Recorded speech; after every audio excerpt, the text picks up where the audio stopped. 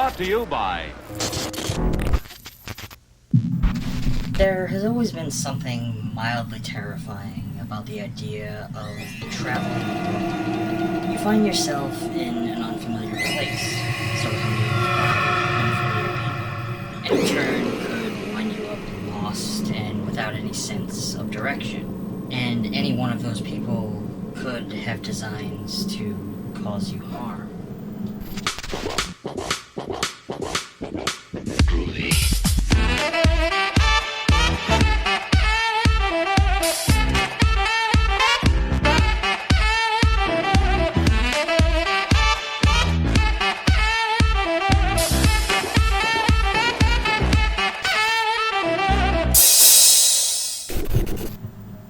Hello friends, and welcome back to ETF.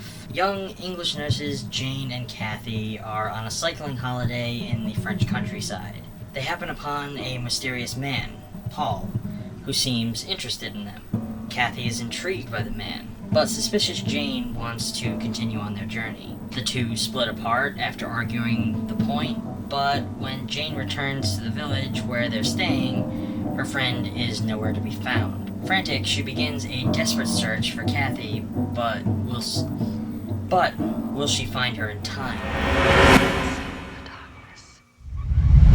The opening moments of this one introduce us to the narrative through beautifully framed shots that seem perfectly fit to our opening credits.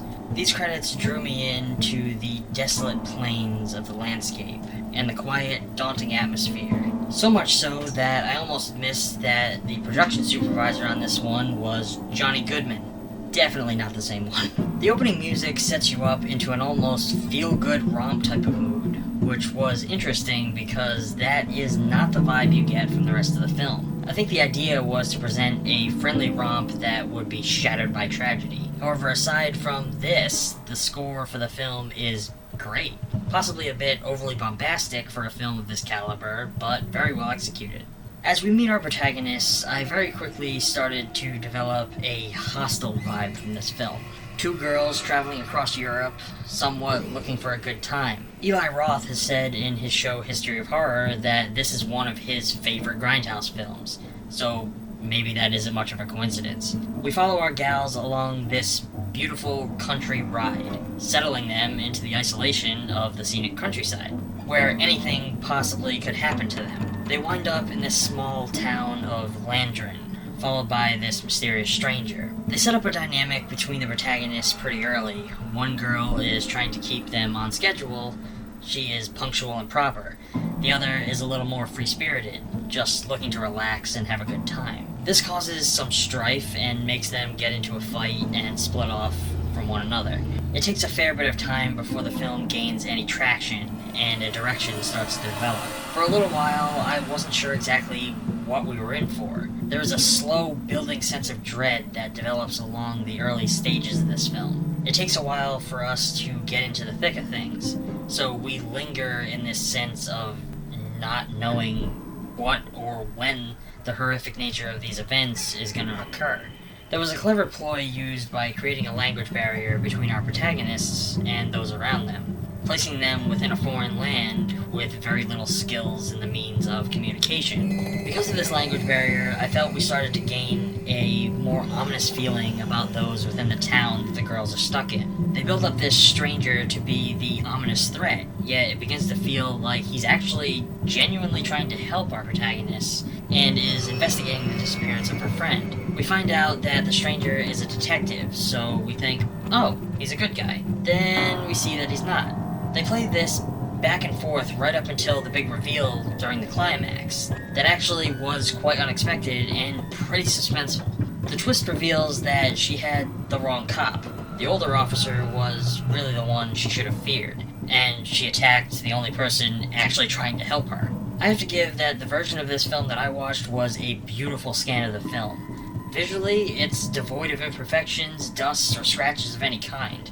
There's a lot of little elements that don't quite hold up, of course, like the idea that she comes upon her friend's corpse while hiding, somehow doesn't scream, doesn't make a sound even though the body falls on her. She is basically completely fucking emotionless toward her. I went into this expecting a sleazy torture exploitation, or maybe even a sexploitation of some kind. However, what I got was a slow burn thriller of sorts.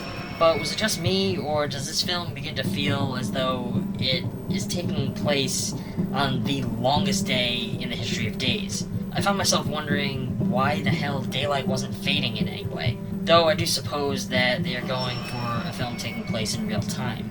I'm giving As Soon the Darkness a B+.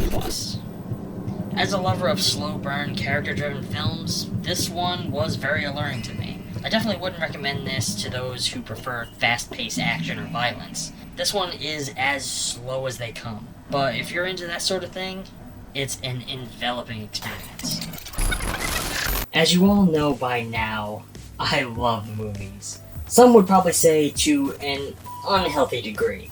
I'm always looking to get my hands on anything that will showcase and celebrate the cinema that I love to talk about so much. And for years, I have had my eye on MoviePalette. MoviePalette is one of the most unique forms of movie-related art that I have ever seen. At MoviePalette, they craft colorful paintings of your favorite films. MoviePalette consists of stripes of colors carefully chosen by their team of artists. Every stripe represents a color of a particular scene in the movie, and each stripe is put in chronological order, giving you a perfect representation of your favorite films in one beautiful work of art. Each piece is handcrafted with the highest attention to quality and detail. MoviePalette is an eye-catching and unique piece of artwork that holds a deep secret. Your friends and family will be intrigued by the fascinating story that each MoviePalette has to tell.